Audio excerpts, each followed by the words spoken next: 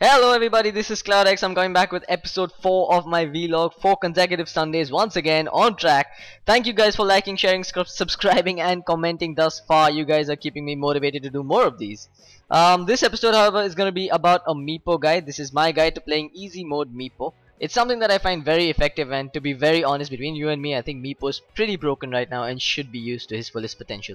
I'm going to show you guys how exactly I plan to give you this guide. So first of all, I'm going to talk about the pros and cons of this hero really quickly. Then I'm going to show you some basic micro tips that includes the tap poof combination with Meepo and a few selection and deselection techniques. Some playstyles and itemization is what I'm going to be discussing next. To be very to the point, I'm going to say 3 distinct playstyles which I like to run with Meepo. And lastly, I'm going to talk about a few situational items that you could get into the late game phase.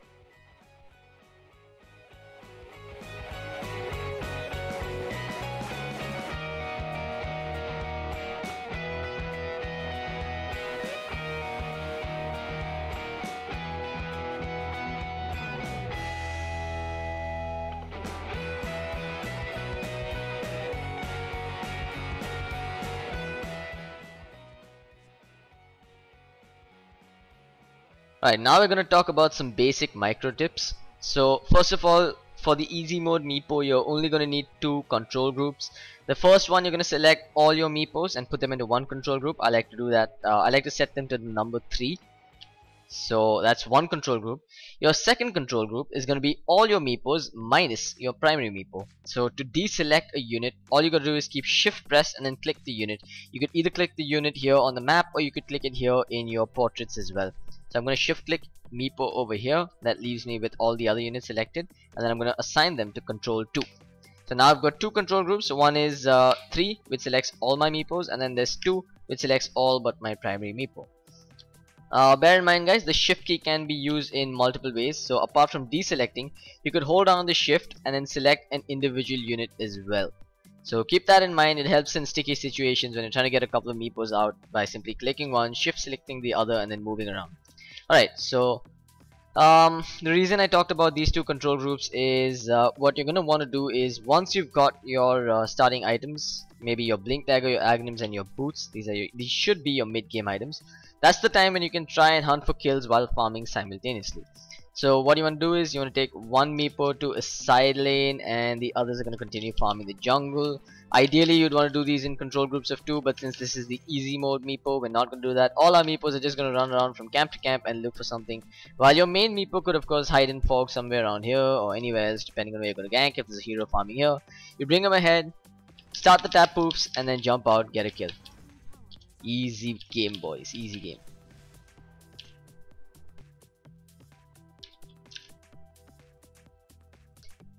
Alright, the next thing we're going to talk about is tap poofing with your Meepos. So tap poofing is essentially a way to get all your Meepos to poof into one location here. If you have a blink dagger, you could combine it with that to get them all at one particular location.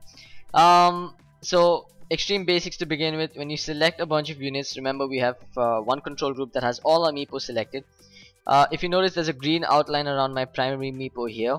If I hit the tab button on my keyboard, it's gonna cycle forward. So you could use the tab button to cycle through your units. I'm pretty sure most of you already knew that. And you could similarly use the tab combined with your poof hotkey. In my case it's F because I'm using legacy.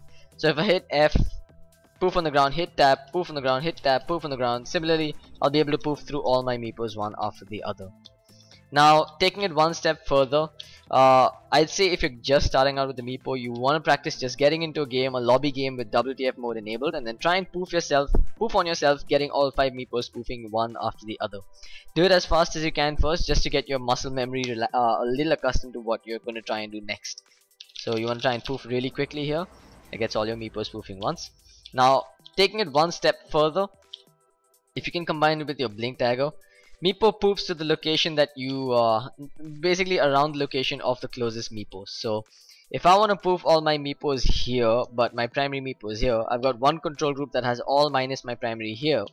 So what I'm going to do is I'm going to select all the other 4 Meepos here, poof to the ground here, 1, 2, 3, 4, and then blink my primary Meepo here almost instantly. So before the first poof ends, you've got to make sure that your primary Meepo makes it to the designated spot. So this could take a while for you guys to practice. It took me a hell of a lot of time to actually get used to it. So Don't beat yourself up if you mess up too often, and then as time progresses you'll get faster and faster at doing it, so your poops seem almost instant and you waste no time. I think I goofed that one. Nope, got it right.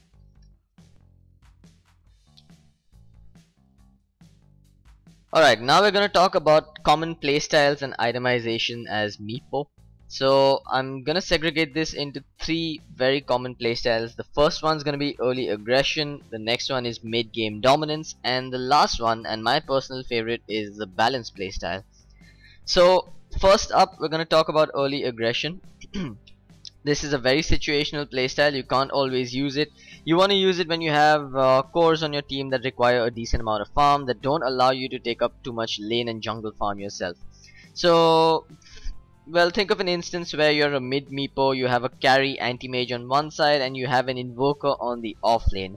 I know it's a rare scenario, but both your invoker and your anti-mage are going to need excessive amounts of experience and farm to be relevant in the mid and late game phase.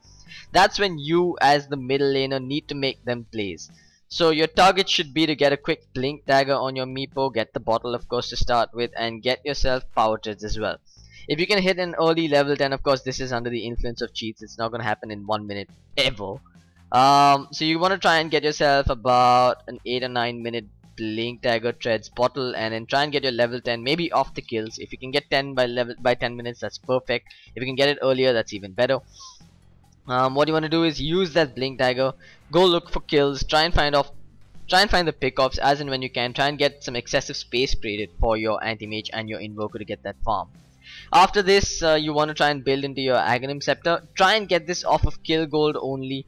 Try not to take up too much lane farm because well, you want to leave the lane farm for your anti-mage and invoker, or whoever else your cores are, as mentioned earlier.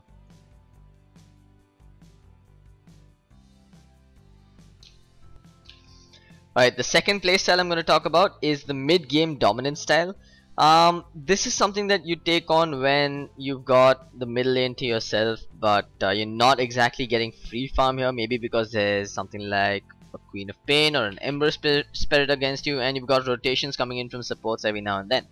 So what you want to do here is, of course, please ignore the cheats that I've activated. I'm just messing around in lobbies here while I talk. So what you want to do here is push out the middle lane as it gets towards the minute ending mark every now and then send your other Meepo here to stack this camp as and when you can, and of course at the 2-minute marks try and check the runes out as well if you want. Your target should be to rush an Aghanim Scepter this game. Try and get yourself, if you can get something like an 8 or a 10-minute Aghanim Scepter, that's just perfect. If you can't, try and get it as soon as possible. Once you've got your Ag Scepter, just rotate straight into the jungle. Try and farm up the jungle as hard and as fast as you can with that Ag Scepter buff and with that additional Meepo. Try and get your Blink Dagger as your next item. Of course, along the way you want to be picking up your boots, maybe finishing up your power treads as well. If you can manage to pull out, let's say, a 15 or a 16-minute Aghanim Scepter along with a Blink Dagger and then build towards your treads, you're gonna come out into the mid game all guns blazing, extremely strong. So that's when you want to try and find some kills. Use the Blink, the treads, and the Aghanim Scepter. You're already going to be ahead of the rest of the heroes on the map. Try and find pickoffs, try and go with your team to make some plays happen, take some team fights, and then get some towers. Chances are you're going to be able to tank through most of the damage that heroes throw at you, and you're going to be able to come out successful with a bunch of kills added to your name as well.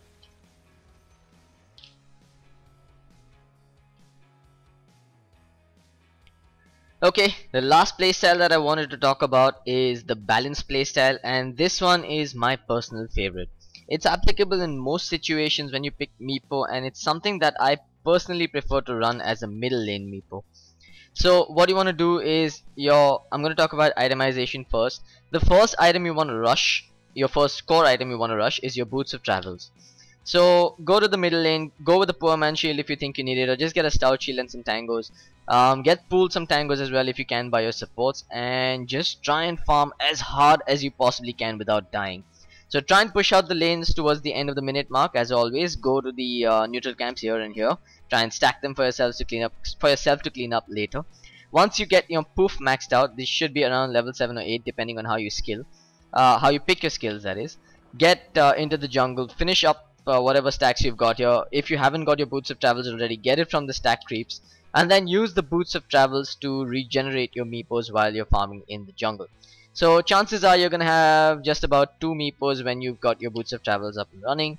So what you could do is you could go into the jungle, poof poof, clean up the camps as and when you can, use one Meepo to tank up everything, then send him back to base. Boots of Travel has a relatively low cooldown now, it's only about 50 seconds, so regenerate the Meepo in base, and then once you've done regenerating him, bring him back out to farm, and then rinse and repeat. Tank with the other Meepo, TP him back to base, and then come back again to farm.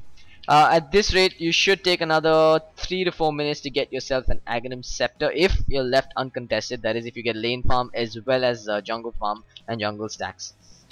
So aim for an early Aghanim Scepter as your next item, and then continue farming, pushing out lanes if you can with that Boots of Travels, and join the team fights every now and then as well, because once you've got the Ags, you're fairly hard to kill and you're quite evasive with the high movement speed from the Boots of Travels as well.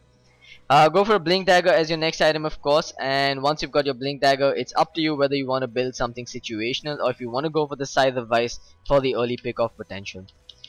With this Meepo build, with this item build, you could do multiple things. Either you could split push with the Boots of Travels, not joining the team fights, or you could use the Blink Dagger to come into the team fights and try and get some kills for yourselves.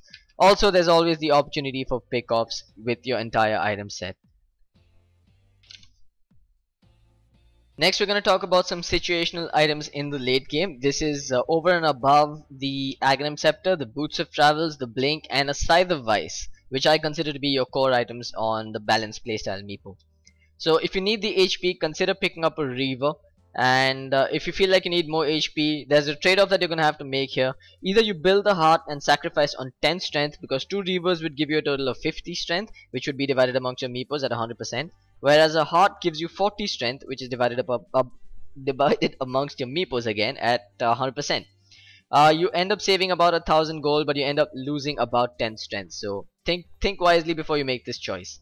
If you feel the opponent team has a lot of physical DPS, and if you feel like you're not hitting hard enough either, consider getting an Assault Cuirass. It buffs up your Meepo's armor quite significantly. It gives all your Meepos plus 5 armor. It gives your primary Meepo plus 15 as well.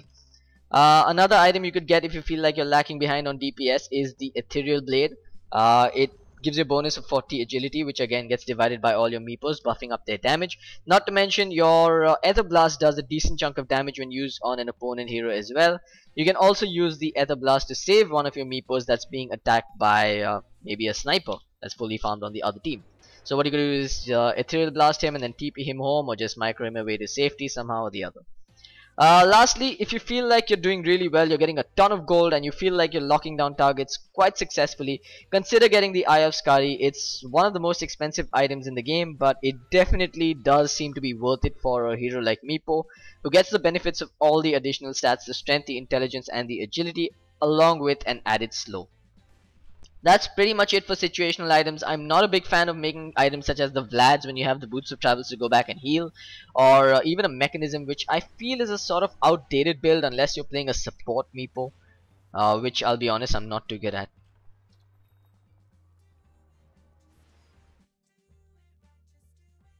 Alright guys, with that I'm going to wrap up my 4th episode of the vlog series. I'm going to try and get a 5th one out on the next Sunday as always. If you guys have enjoyed this one, do like, share, subscribe, and leave a comment with anything else that you'd like me to cover in the next few topics. Of course, if you'd like any more help with Meepo, feel free to reach out at me either here in the comments below, or you could reach me on Twitter, Facebook, wherever you like. I'm always accessible. Till next time guys, see you, keep having a great time while playing Dota.